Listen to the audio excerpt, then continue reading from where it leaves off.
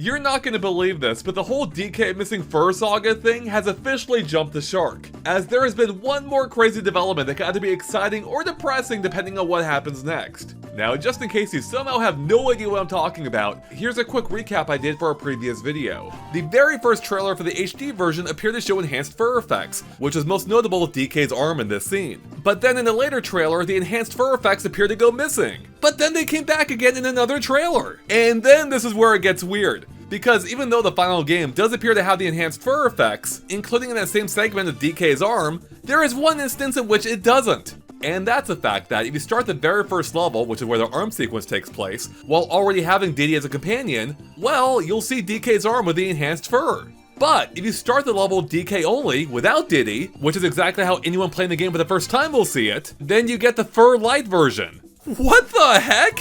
So as you can see, this entire saga has been completely wild so far, and that brings us to the latest twist. And it involves the new demo for Donkey Kong Country Returns HD that Nintendo just dropped. So let's take a look at what happens if you start the demo with DK only, which as a reminder is how everyone starts the game for the first time. So here we are with DK beating the crap out of Tiki, and here comes his arm, and would you look at that? It has the exact same enhanced fur effects that he should have had all along. For comparison, here's what it looks like in the full version of the game when playing as DK only. Pretty big difference, right? And I have to give a shout out to Skylar Thompson for pointing this out to us on Twitter, because I don't think I would have even thought to check the demo to see if it fixed an issue from the full game. Because this means the demo is technically better than the full game in this one small respect. But that hopefully also offers a glimmer of hope to any hardcore Donkey Kong Country Returns fans, of which I am one, that there will hopefully be a patch in the near future that'll fix this issue in the full game, as it's clearly possible. Unfortunately, the demo doesn't seem to fix any other issues with the game, which could indicate that if a patch is incoming, it's going to be a pretty small one. But there is also the very real chance that the small fur issue never gets fixed in the final game, because it is technically possible that this issue is never fixed per se in the demo, in that we don't know how long the demo's been in development for, and it may be based on a forked earlier version of the final game, from a state before it ended up being broken in the full version.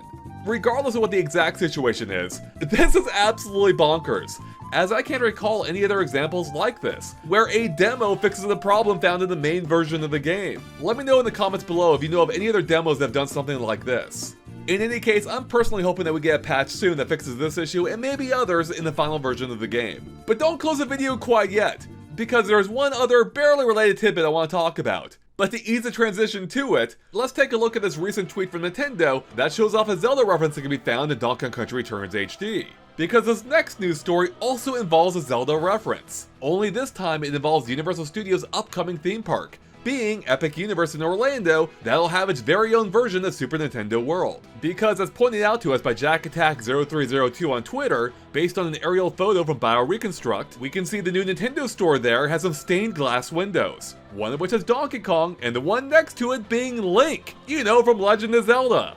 And this is actually pretty huge, as it marks Link's first theme park appearance, despite there already being 2 other Super Nintendo Worlds elsewhere in the world, as this could indicate a couple of things. One, that at the very least, Universal Studios has the rights to use Zelda in their theme parks. And 2, based off that, this could indicate that they have much bigger plans for Zelda, and possibly in the near future, such as that long-rumored Zelda expansion that could appear at the primary Universal Studios park.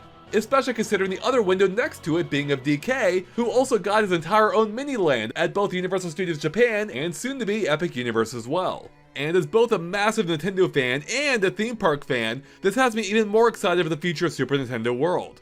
But what do you guys make of all this? Do you think it's a hint of Zelda getting its own land in the future? And if so, what kind of ride do you expect? Would it involve riding Epona? Maybe a pirate ship from Wind Waker? Or riding one of the bird things from Skyward Sword? Let me know in the comments below. And with that, thanks for watching, and of course click that subscribe button and ring that bell if you haven't already for future news on the possibility of Zelda coming to Super Nintendo World, and if that hairy DK problem ever gets fixed.